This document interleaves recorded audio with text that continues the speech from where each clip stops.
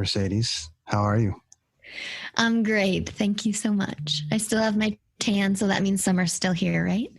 Summer is still here, and we are in the summer. The last time we put out an episode was a few weeks ago, and you have since picked up golf and a selection of other things. And I wanted to check in. Rollerblading. I think I saw that, and you're doing some stuff. So you're staying active and doing it. This is it for the Travelcast this episode. First and foremost, I have to say, I want to thank you very, very much for giving me your time to do this, because I thought I just wanted to change it up from what I was doing before, have a great co-host and somebody that can bounce off me. And I thought you were great, and I couldn't been happier to have you along for the ride. So thank you so much for all the time and help me build this cast out. It was great. Well, thank you for thinking of me. I've had a blast. Listened to a lot of, met. I don't know. Do you meet on a podcast? You meet on Zoom. When we started, this is how fast the internet has come. No one knew about Zoom in 2019. Yeah, exactly. So we were bouncing around through Zencaster and all these things, and clean feed and shits we're in and out, and almost everything we've done was early, and we've been in, obviously with the world shutting down a bit, no one's particularly thinking about travel, so it's been a little bit more difficult to have that weekly flow, because for a while there, people were like, don't talk to me about travel, I can't go anywhere, I'm stuck in my house. I know everyone wants to travel, but we're stuck. But no, I thank you, because I've met a lot of cool people on these episodes, which has been very fun, and I've asked stupid questions, but I feel like anyone would have asked those questions because they didn't know the answers. And then you've launched your own, which anyone listening right now, you must go and listen. It's one of the best sounding podcasts. It's fantastic. You've done a great job. Might be that. Thank you. Your cadence on the mic and that fabulous gear you've got there. But you're doing great, and I couldn't be happier with how it's going for you, because I think it's just going to go. I'm excited. You're getting some great guests dropping in with Mercedes, available with Mercedes on the Dean Blundell network as well. It's in Cyberland. It's amazing. What do you think of podcasting? I mean, outside of the 10 that we've done plus this, your thing. I freaking love it. I get to ask all the questions that I want to ask anyone. And sure, it's at my fingertips. It's very, very cool. Good collabs on mine with some DJs I have in town, and obviously my mom helps with the intro. Mm-hmm. And it's editing. I didn't think I would like editing, but you've had to learn how to edit on GarageBand. Yeah, right? I'm digging it. And what so this will be the informative podcast series for the next 1.5 minutes. How did you learn how to edit on GarageBand? Because COVID hit, right? And I was like, okay, game on. You really got to get this podcast going. It's coming up on a year since Brenton Dean asked you to do this. Giddy up. And I had the time. I got laid off from my job, and I went on to the library and went on to this free resource, which is lynda.com, and literally did a course in GarageBand podcast making. Sure. And you sound amazing.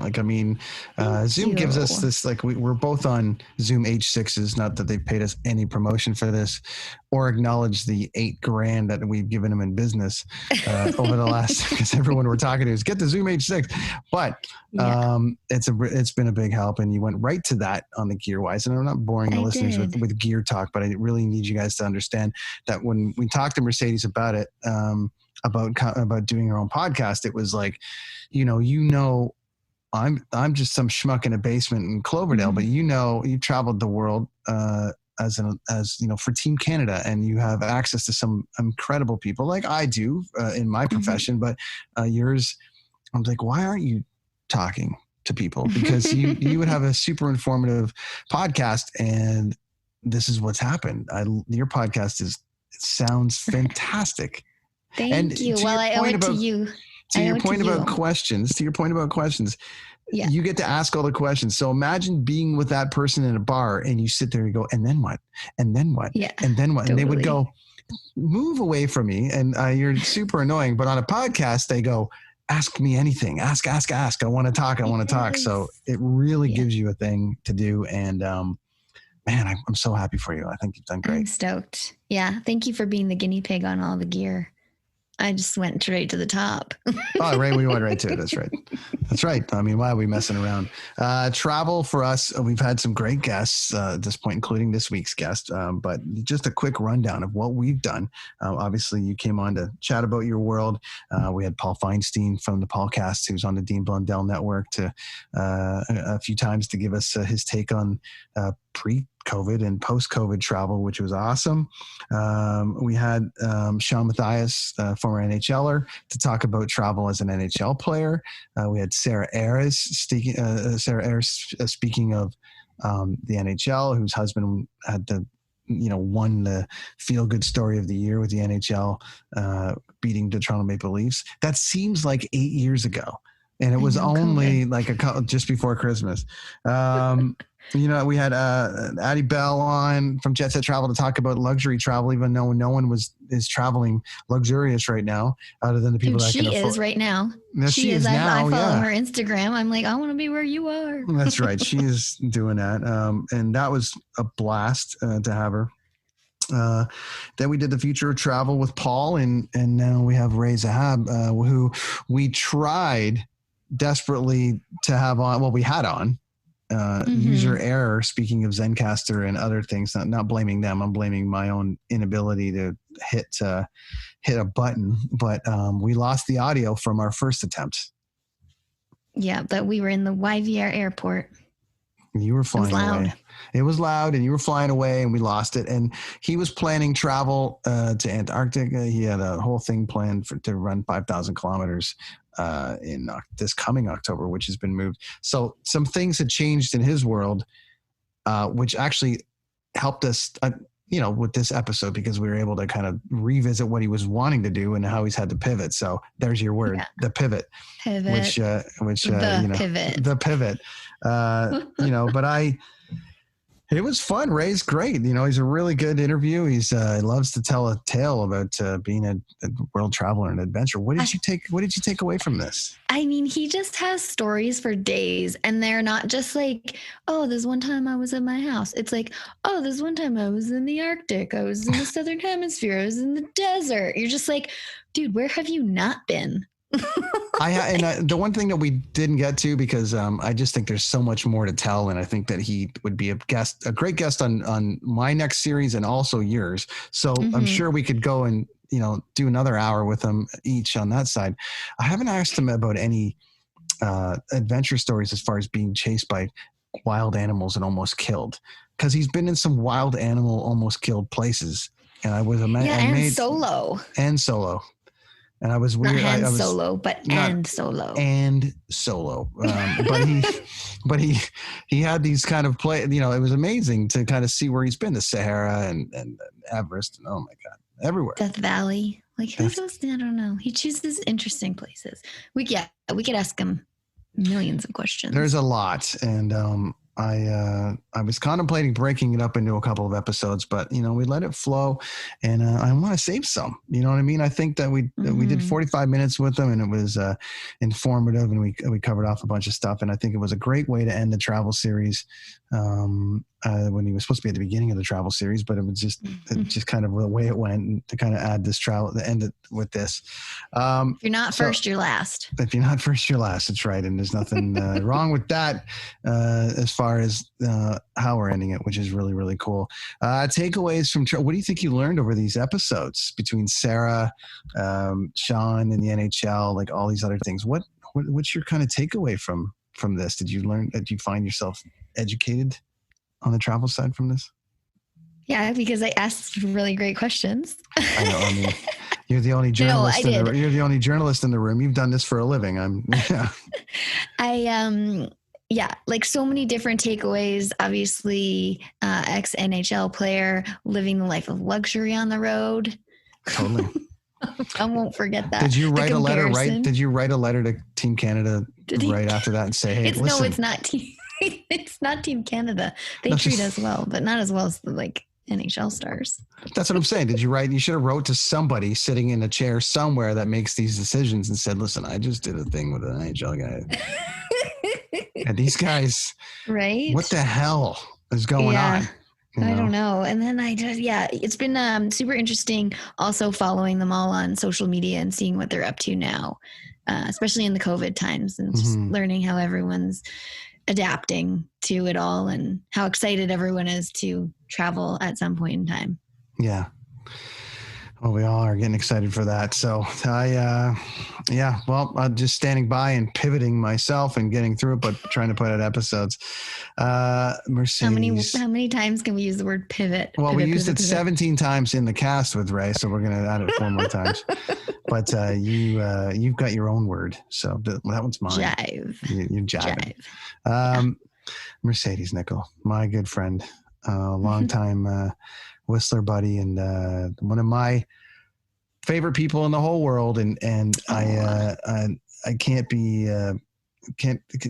leave this without just saying on behalf of all of us here with your story and how you've come back and you're an inspiration for loads of people around the world, and more people need to pay attention to your story about the comeback and to have these episodes with you is a great honor for me. And I'm so happy that you're doing so great with yours. So tell people where they can read more about you, and then where they can get to the if you haven't heard my story, you can listen to it on Dropping In, a podcast with Mercedes Nicoll, episode 1. You can find me online at Mercedes Nicoll, Nicoll, Mercedes spelled like the car, not the nickel, Nicoll, people. Awesome. This is the final Travelcast episode with my co-host Mercedes Nicoll and our guest Ray Zahab. Here we go.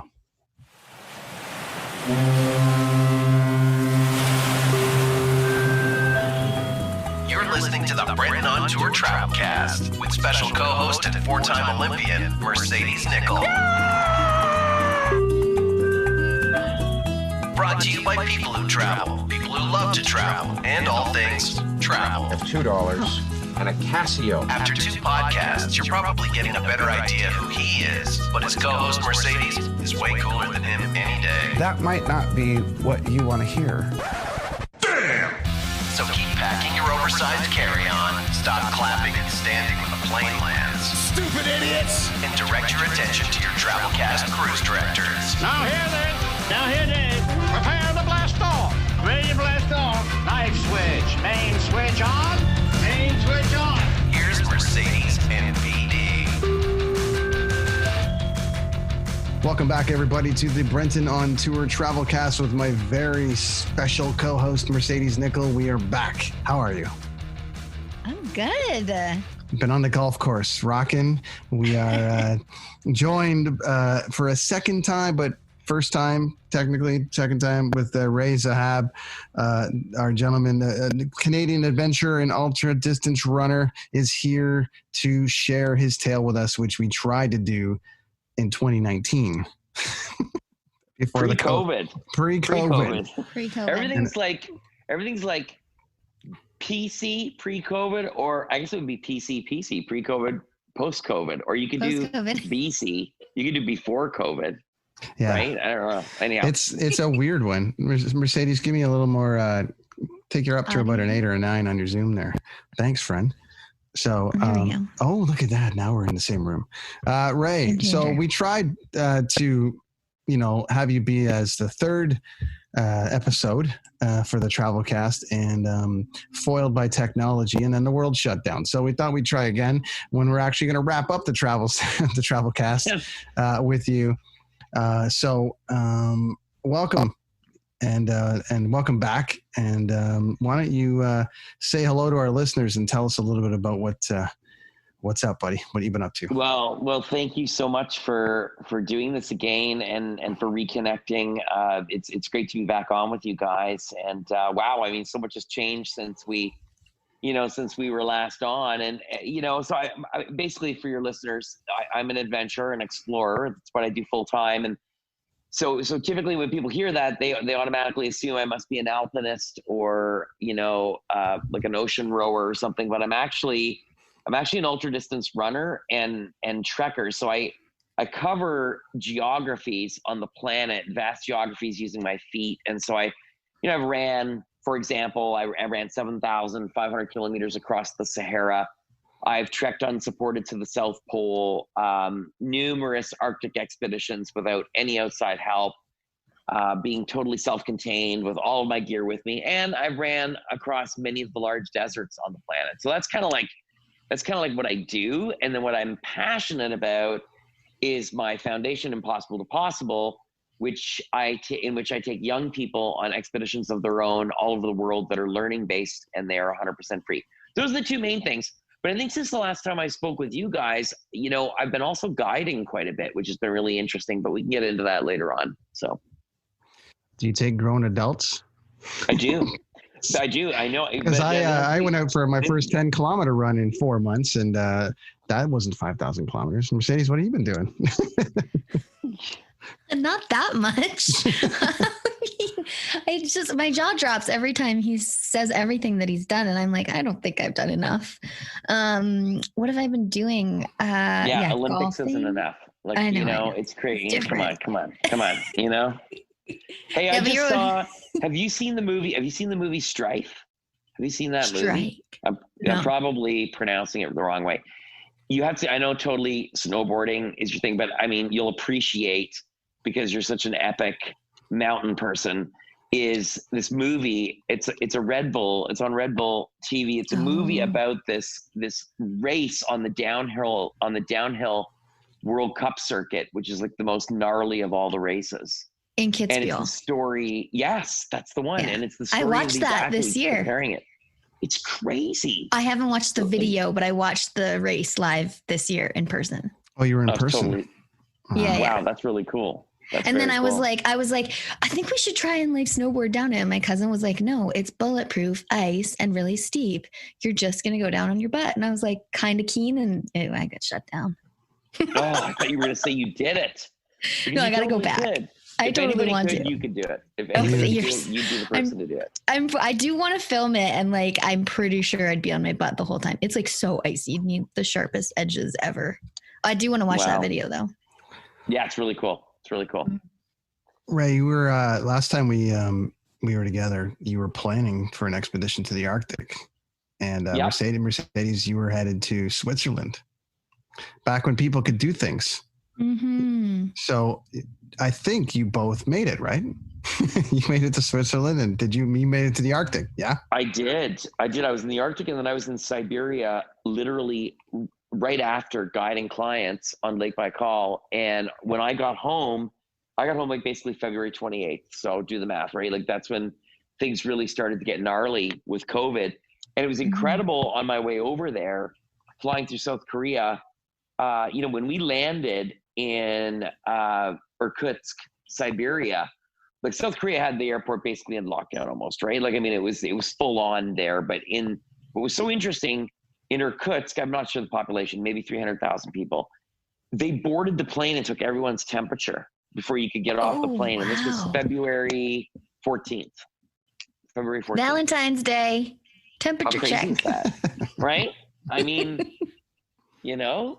but it's and then it just was like, boom, all of a sudden there we were. All of a sudden the world shut down. That was it. Yeah. That was it. So then what, did you head back to Ottawa from there?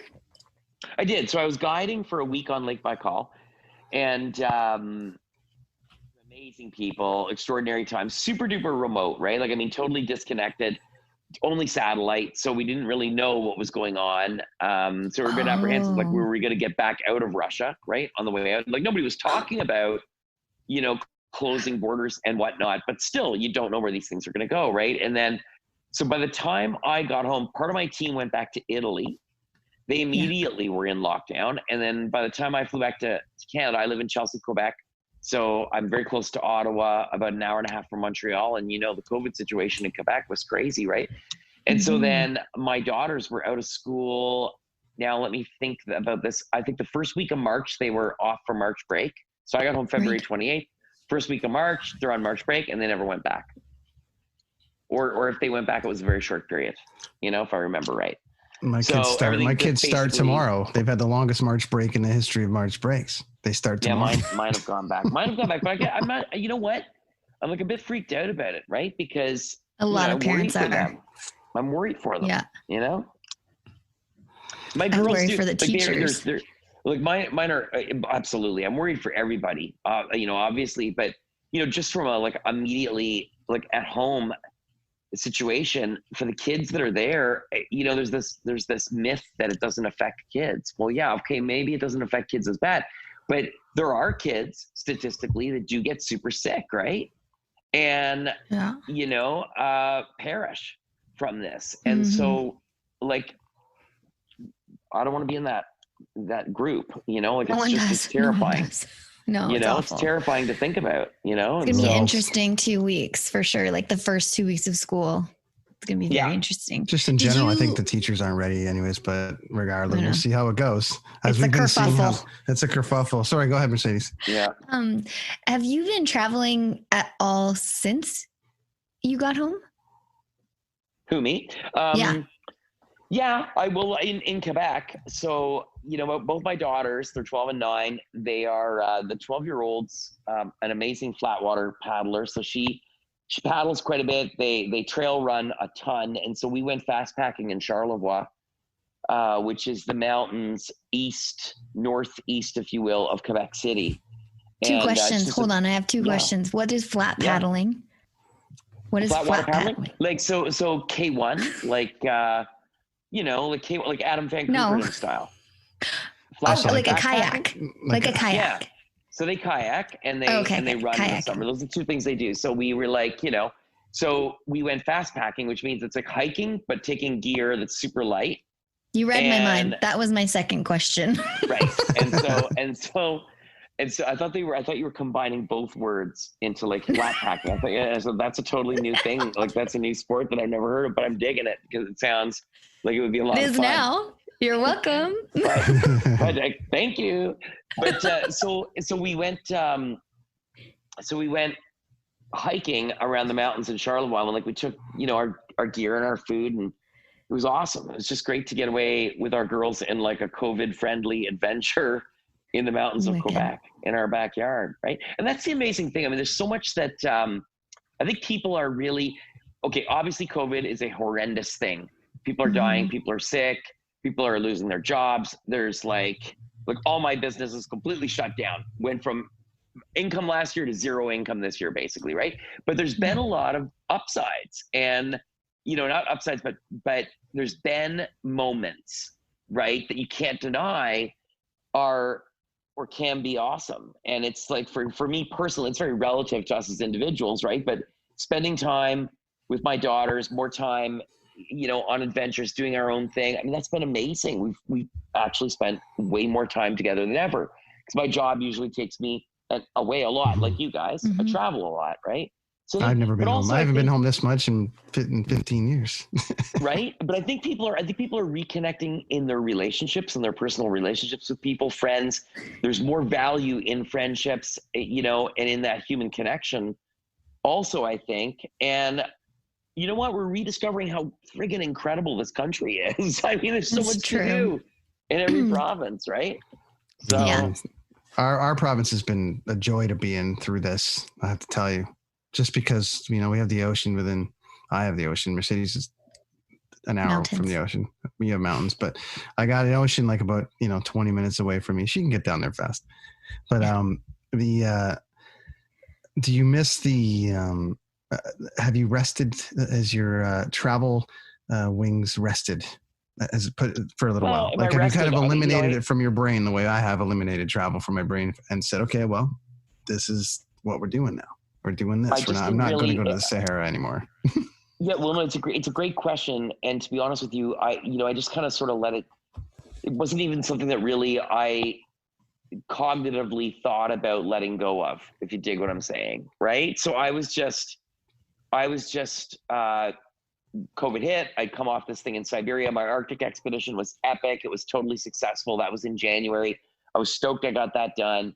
And I had planned on being in Death Valley and started training as if I was going to Death Valley in July to do a project there, north-south crossing off-road of that between two mountain ranges. I went west to east last year, and a few years ago I went north to south, but I was going to do a slightly different route. And then following up with that, I was supposed to be doing a major expedition in South America over 5,000 kilometers in October. So obviously both those trips are canned due to COVID, but / postponed. Postponed. Oh yeah, totally postponed for sure. Next year kind of thing, right? And I'm looking forward to a big Arctic project that I had initially planned to do. I know this is confusing the order of this, but I planned on doing this big Arctic trip in 2022. And I moved it to 2021, hopefully, instead of what I was going to be doing in October. And so, so that's kind of where I'm like, so I'm kind of like refocused, right? And so I'm training and were you alone? Were you alone though? Going to do that alone? Sorry, Ray, back up for a minute. Because the Arctic is pretty desolate. I would imagine if you could train and go up there, it would be, dare I say, so that COVID free. In January, but no. You never know. Because Nunavut is closed and the territories are closed because there's just a risk of getting COVID up there. And even I would feel horrible to transmit COVID into communities where I have so many friends. And it would be a health disaster. And so, I am not concerned at all about having to once again cancel or postpone, even though I am training and preparing like I'm going in February. I have no problem realizing, this is the situation that we're in, right? Yeah. Listen, it was a funny thing, guys. For me, when this happened, and as it did for many people that lost their jobs, when my income went from income, nothing to worry about, to zero, absolute zero, all my businesses. So I do a lot of corporate speaking. I organize a series of ultra marathons in my community in the Gatineau Park. I guide people on expeditions. All of these things shut down and went to zero and no movement and canceled or postponed, as Mercedes said. And just being positive there. Yeah, exactly. I could have totally stressed about it, right? But I realized and honestly felt that things will eventually work themselves out. And there's no point in losing sleep and just like totally being stressed about getting the bills paid because they were either going to get paid or they weren't going to get paid, and there was nothing I could do about it, right? And so anyhow. I felt similarly. I wasn't like stressed. I was like, well, you know what? It is what it is. The pandemic. It's happening. And I just worked my ass off on other things, That's what I ended up doing, just working my ass off on other things, Exactly, yeah. You pivot. Yeah. Such a cliche word right now. Pivot. What about I like to use the word jive instead of pivot. You jived. Jive. What about putting the in front of it? The jive. No, the pivot. The pivot or the jive. Either one of them works. I think the jive is like it's from my generation. Like I'm the only one here that's 50. Not too far behind you. Just a few years behind. You know what? Not too far behind. Listen, this is the problem. We put the in front of it. I actually heard somebody the other day call it the Facebook. And and it sounded okay to me to do that. Like, Facebook. The Facebook. Well, George Bush started that when he started calling it the internets. So, anyways, it's kind of it's a wacky time on that side of it as far as the pivot or the jive goes, Mercedes. But and we're all find a way to adapt. Are you you're staying healthy though, Ray? Mercedes for sure.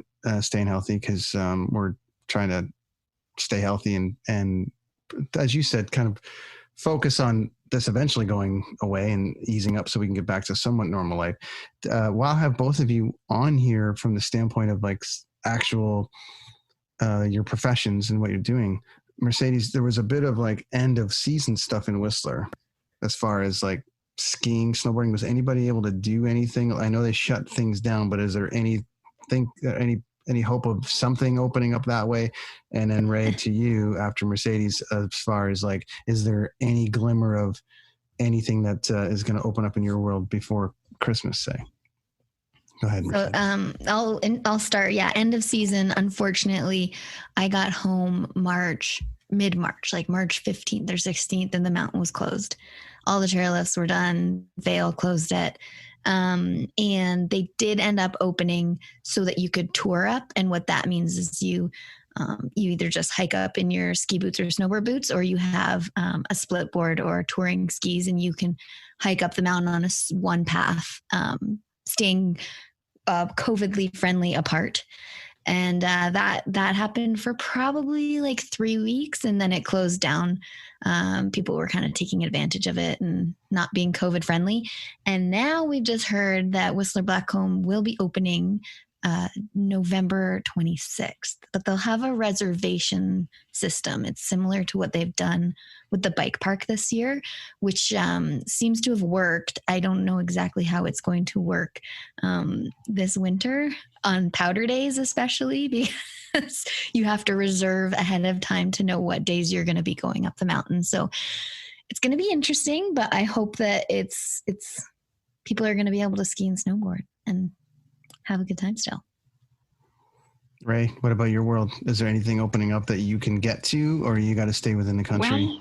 Well, we were going to be doing an I2P Impossible to Possible youth expedition, sort of a smaller version of one with a group of youth ambassadors from our foundation in Charlevoix at the end of September. But, right now, as things stand, COVID numbers, like the cases were starting to creep up a little bit again. And we just thought, we're not going to take any chances. We just don't want to. It's just not the time. So we've held off on that, but probably not for me before December. I could see some training trips potentially and stuff like that to get me ready for my next expedition. But I had 4 client expeditions planned for this fall period: Atacama Desert in Chile, the Bolivian Altiplano, Baffin Island, in the Canadian Arctic, etc. And they're all postponed until next year. But here's the upside, is that people are excited to travel again when they can. And so there are a number of people that are so stoked to go on these trips next year. I think we have, at last count, I think we have 35 clients. And remember, we take small groups. So we have 35 clients, for trips ranging from Siberia to Mongolia to these ones in the Atacama Desert. These are remote and difficult trips. And you wouldn't think that there would be that vast a market, right? People don't want to go and do these things, but people are excited. They want to get out. They want to go and explore and do things. And so I'm really excited for next year, to be honest with you. And that's sort of where I'm thinking 2021. That's kind of where I've got my head at right now. And it's keeping me motivated, Keeping my fingers crossed for that one. I know. I think people are like jonesing to travel, because I am. I know that much. How many people are sitting in their basement right now going, I'm going to climb Everest when this is done, and I'm going to call Ray. Everest. I'm climbing Everest. Fuck it. I could not believe when we were driving back from Charlevoix back to our place, which is like about a 5-hour drive. There must have been 5 billion RVs on the road going the other way.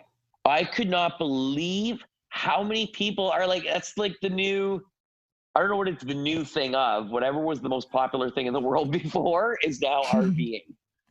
It's crazy. I did a lot of camping. I did a lot of camping this summer. Mercedes, you guys must have been loaded with camping up in Whistler, with people coming up to camp. Well, it's just such a different dynamic of people that are coming to Whistler. It's people that we've never really seen before, in the sense that normally it's like people going up the mountain, hiking, really athletic. And it's changed to, honestly, the other day I saw a family bring out a rice cooker in the park, and they're just like wheeling in all of their food and eating in the parks and then leaving. It's super weird. It's super different. But they're going to see their own province. Cheap, fast, and easy. Yeah. Right? Yeah. But I mean, listen, the upside, like the total upside, is that people, I think, generally are rediscovering where they live. They're getting outside. Hopefully they're following the parameters of, all the health guidelines, yada, yada, yada. But most importantly, like, as long as you're employing the leave no trace method and getting out there and discovering the awesomeness of the Canadian wilderness, I think it's it's a good thing, right? For people. I've been exploring my backyard more than I ever have. Everyone's like, have you ever done this hike and this hike? I'm like, nope, haven't seen it, haven't done it. Pretty much snowboarded for 20 years straight. Yeah. And now I've been able to like go up mountains that I've never been to just hiking. And it's been really eye-opening and beautiful. So Mercedes, I'm going to tell you this, and I probably shouldn't, but I'm going to, because you're going to think it's the funniest thing ever. But my daughters and I and their cousins, who are also trail runners, same age, 12 and 9, both our families were like, yeah, we were out. This was a separate trip. We went to Mont Tremblant, and we're like, yeah, let's just go trail running, blah, blah. So, we ran up to the top of the mountain, and then, but they have the gondola there, which I've never been on the gondola at Tremblant. So we actually took the gondola down the mountain. I respect instead that. Instead of running, right? So, I totally respect we that. ran up the mountain, but then rode the gondola down, and that was so much fun. We do that here. Did you just get on the gondola and go around and around and around and around on the gondola? Because I think I could totally do that. If I was a professional snowboarder, I would be in the gondola all the time. If you come to Whistler, you can do 13 kilometers of it. You can go up Blackcomb, across to Whistler, and then down Whistler, all in gondolas. Okay, so I've been to Whistler many, many times, usually not in ski season, but I've never been on the gondola. And I have lots of friends in Squamish. And so next time I'll have to get you on the gondola. I'm totally going to have to do that. Mm-hmm. You guys should podcast from the gondola. There's you actually, because you're a hiking man. There's a hike called the Ascent Trail on Blackcomb that you walk up the whole mountain, exactly what you did in Tremblant, but quite a bit higher, to be honest. Yeah, I guess. Yeah, for sure. How far? How far is that? How far? I don't know how far it is. It's far. I'll have to fact check that later for you. It's like bottom of Blackcomb to the top, and then you take the gondola down. That's it's legit. Very nice. That'd be so much fun. It's good on the knees too. Save those. I love running downhill, but I really liked it was the perspective. It's amazing. I've been on gondolas in the Alps and in the Dolomites, and it's one thing, but it was just really neat to see, get that perspective from here in Quebec, in Tremblant. You know what I mean? It's just, it was neat. It was really neat. You'll want to go on the one that's called the Peak. It's called the Peak to Peak. And then you look down on the trees. There's one with a glass bottom, and it's a perspective that you've never really seen, like a bird's eye view of the tree. It's really cool. But that glass bottom would be filled up with my throw up. I wouldn't be able to see the trees because that would freak me out too much. We just find something that you're not good with? Totally. Have you seen that thing at the Grand Canyon? It's like a glass bridge that goes out and back. Yeah. There's no way I couldn't do that. That would freak me out. I don't know if I could do that. I saw something on the internet, speaking of and somebody had done one of those, same thing, glass bridge. And maybe this might be in someplace you've been, Ray, but there's a glass bridge, but it's got one of those LED lights on it. Mm-hmm. So you can trick someone that it's breaking and you're going to fall. Yes. Oh, I saw that too. You saw it, right? Too. And the guys are I saw that thing. Yes. It was like a viral video thing. But it looks like it's like Kathmandu or someplace like that. So I don't know. I thought maybe. Wait, and it you push a button and it looks like the glass is breaking. Yeah, it's got this effect and everything. It's pretty crazy. So. And they tape the people. Yeah, they tape the people unsuspecting people having heart attacks. Basically, is what they're doing. Right. I mean. It's as you do when you're trying to attract people to a giant bridge that will plummet you 80,000 feet to that. It's super safe. Right? It's breaking. It's crazy. Right. So coming back to just getting into this, obviously being an adventurer and as you're deemed and all the rest of it, but if someone is literally adventurous in this regard and they want to kind of follow this path of adventure that you're on, or some kind of explore the world the way you have, what would you tell them to do as far as starting, but what they really need to be prepped for in the big picture, mentally and all the rest of it? Listen, being an adventurer, I think it just means someone who's,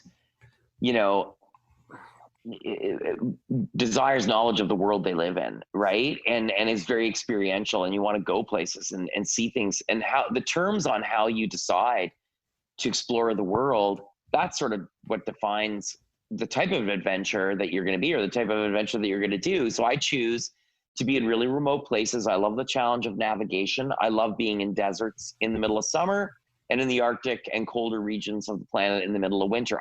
I like being there at those times. And look, at first steps, somebody asked me once, how do I start training for a marathon? And the answer is quite simple. Take your first step of walking, right? Everything begins with small steps and small goals, and sooner or later, you pull it all together and you're doing what it is that you want to do. But I'm a big believer in long-term goals, like coming up with an idea, something that you really want to do, and you start living your life towards that goal. You just start to make things happen. I honestly believe that we have the capacity to create our own reality when we're really, when we're working very hard every day and making something happen. It wasn't like honestly, when I started all this, my background, I was a pretty unhealthy guy, two pack a day smoker until I was 30. And, no B plan in life, no college degree, nothing. And I just was a very unhappy person. And when I flipped the switch in my own life, thankfully to my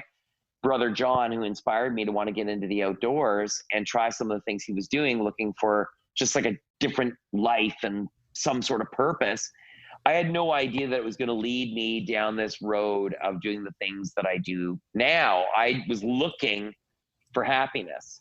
And it led me eventually from racing mountain bikes and adventure racing to doing ultra marathons. I was never a runner, wasn't my thing. And lo and behold, it became my thing, right? And just one thing begat another. And then I started doing these long expeditions like the Running the Sahara project, and I just never looked back. So it wasn't like I said to myself, okay, so turns out I can run pretty far, pretty fast, and looks like this might be a great way to make a living. It wasn't about that with me.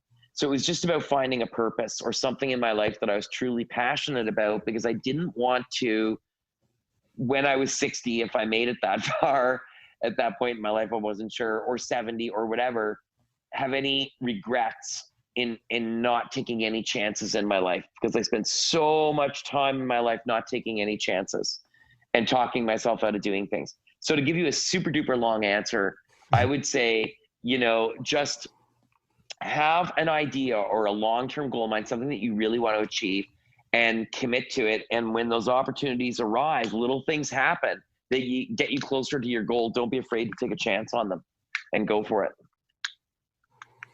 Like, how did you get into your first ultra marathon? I just learned what those were. Yeah, so I read an article. My brother is this amazing runner, and I was racing mountain bikes and doing pretty good, loving it. And I was adventure racing. And my brother and I are very physically different people. He's a tall, sinewy guy. He was exactly what I thought runners were supposed to look like, and I just did not look like that. Anyhow, so when I was racing bikes, I trained on my mountain bike all the time. I took it pretty seriously, and I was racing cross country. And then I moved into 24-hour solos, and I was doing really well at that. And he would go trail running. And then one day I read an article in a magazine about ultra marathons. And I thought, the only reason I read it is I thought, this is something my brother would like. I got to give him this magazine. And it was an article about the Yukon Arctic Ultra. It's a 100-mile race in the Yukon, as the name would indicate. And it takes place in the middle of winter. They have varying distances. You can pick a distance you like. And I picked the 100-mile, 160K running.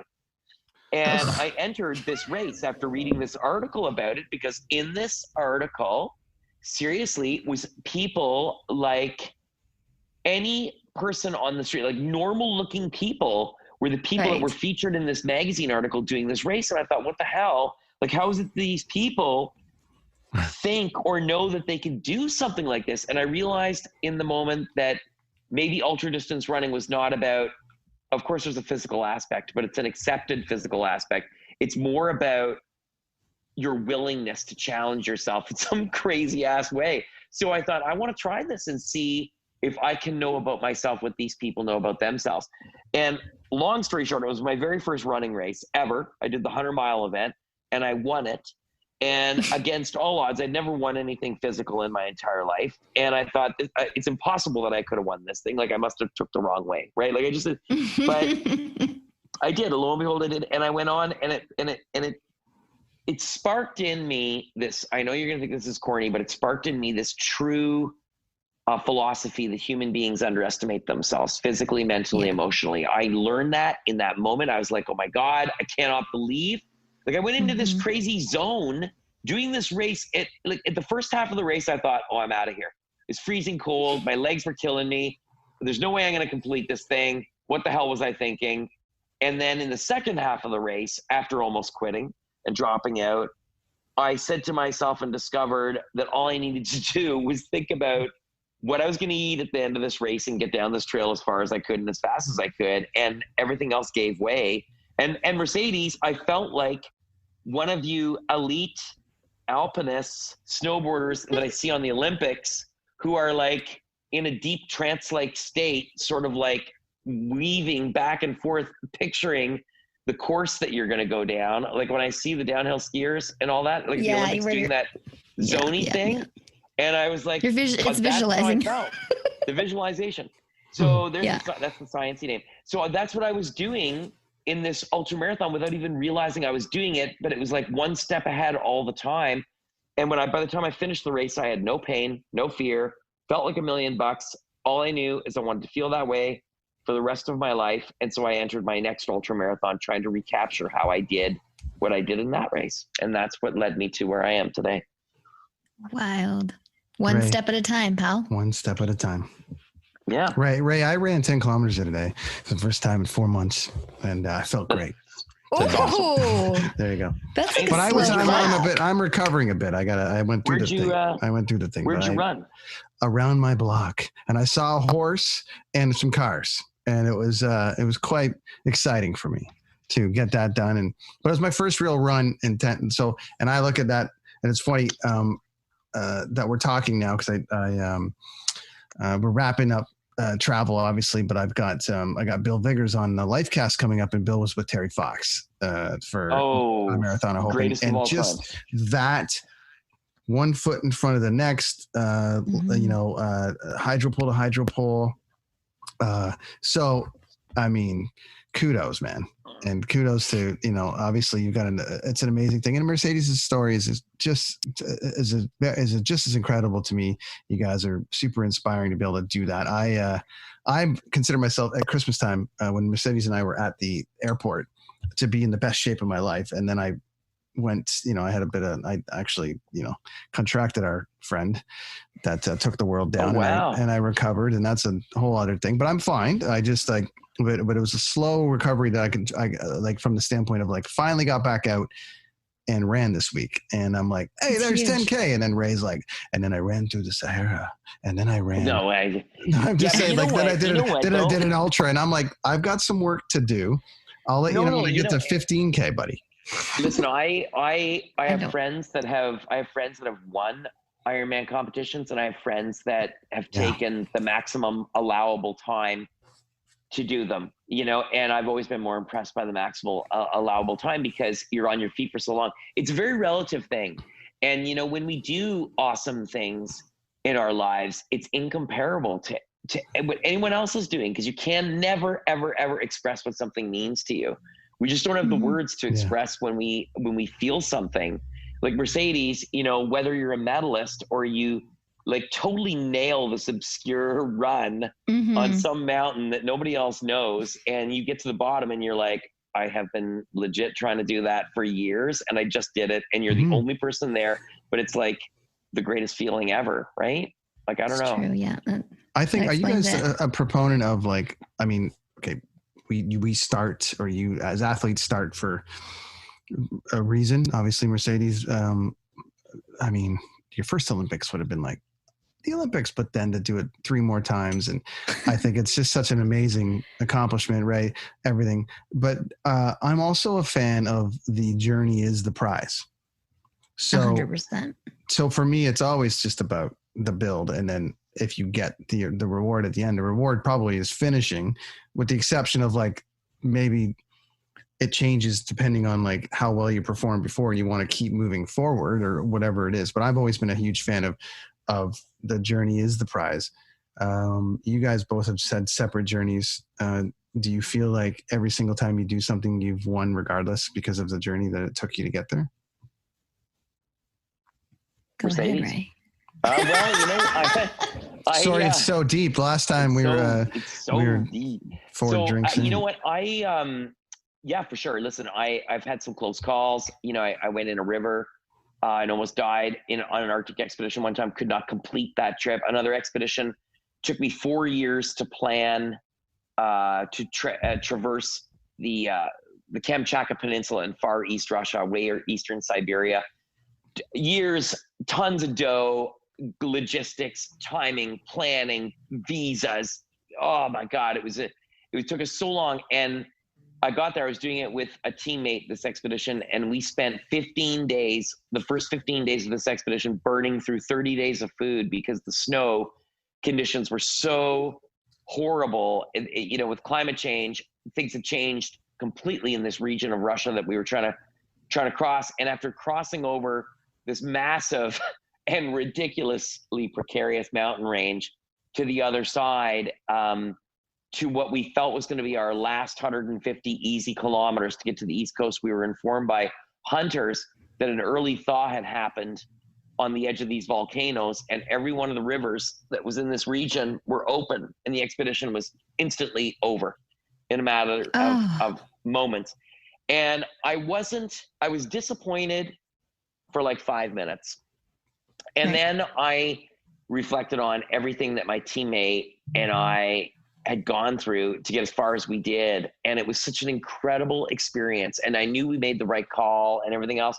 So I totally agree with you. Like, I mean, there's been so many circumstances and I went home and I was happy. I was satisfied. Like, I was honestly not saying I was satisfied to make myself feel better. I was truly and legitimately satisfied with what we had achieved in getting as far as we did, given the conditions that we were up against and everything that we had experienced together. So amazing. I get it. Wild. Yeah, no, I'm just like thinking back, and I'm old now, so I get to reflect back on all the things that I did. And honestly, when I was competing, it was just one day at a time, one contest at a time, one training session at a time, just trying to better myself. And then, you know, you don't normally look back. You're on to the next and on to the next. And I think that's just how the 4 Olympics came to fruition for me. You know, you're always wanting to better yourself. And I think that for Ray, that probably stands true to you too. You do an expedition, you want to do another one, you want to do more, you want to go further. And that's just how it went for me. And that's crazy times.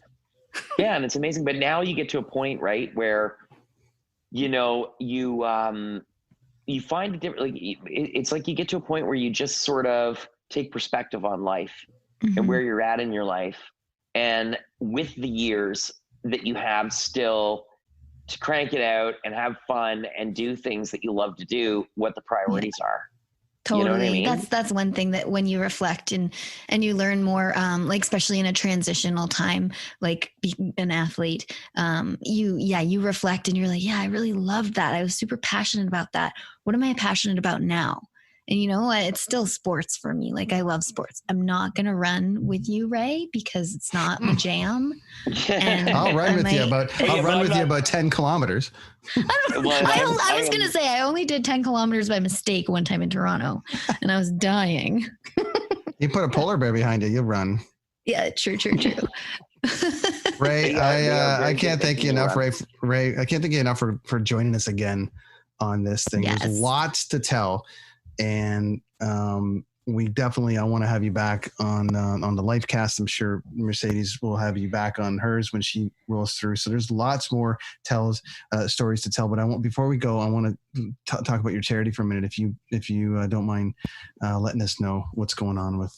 Okay, so with Impossible2Possible, we've done 15 youth-based expeditions to date to places like the Amazon jungle, the Canadian Arctic, Bolivia, India, etc. And what essentially we do with Impossible2Possible is take young people, we call them youth ambassadors, 16 to 21 years of age, on learning-based expeditions that are a week to 10 days around the world. So, for example, going into the Amazon jungle of Brazil or Peru and studying ecosystem services or climate change or biodiversity, and learning from the indigenous people in the areas that we're in about these issues and perspectives on these issues, and then sharing it through curriculum that is uploaded every day live by satellite to thousands of students around the world. And the program is 100% free. So obviously we've been affected by COVID. We've had multiple cancellations this year, but we're aiming for a really great year next year. And the youth ambassadors that we had selected this year, we're going to be taking next year. But after that, we'll open up our selection process again, and kids from all over the world come. It's amazing. It's just an amazing thing. We love it. Can people donate online? They can. So impossible2Possible.com. There is a donation button, I believe, at the top of the website, and or they can contact me. I have a website, just my name, Zahab.com. There's links to all my social media, and I'm easily accessible that way, and I can direct any donations or questions or volunteer time or whatever anyone wants to do. I can answer their questions. It's excellent. It's a great time to plan your 21 with Ray around the world. I mean, he's already booked up, it sounds like, but we have to push it to 22 now. I'm not sure, but it's, definitely donate if you can, and follow Ray online. I can't thank you enough for joining us, man. That was really great of you to jump back on after I totally screwed up the first one. So here we are. And Mercedes, hey, here we are again, wrapping up travel. So thanks for making time today as well, my friend. Thank you for having me. Anything at the end here, Ray, that you want to leave our listeners with, and then we'll let you go, buddy. No, that's great. I just, thank you all and so much for having me on, and stick around for a comment. I want to talk to you after you're done recording. So, but for everybody out there, if you ever have any questions or you want to reach out, I'm easy to get. You have my website, and I get tons of questions about how to get started doing anything, even if it's your first run, whatever. I'm always around. I always answer everyone. I get around to it eventually. I'll call you about running. Do it. And then I'll call Mercedes about running after she calls you about running. I'm going to call Mercedes about snowboarding. That's what I'm going to do. There we go. Yes. So I'm going to swap out. That's amazing, Ray. Right. Thanks, buddy. I appreciate it, man. We'll talk to you soon, dude. Okay. Catch you later.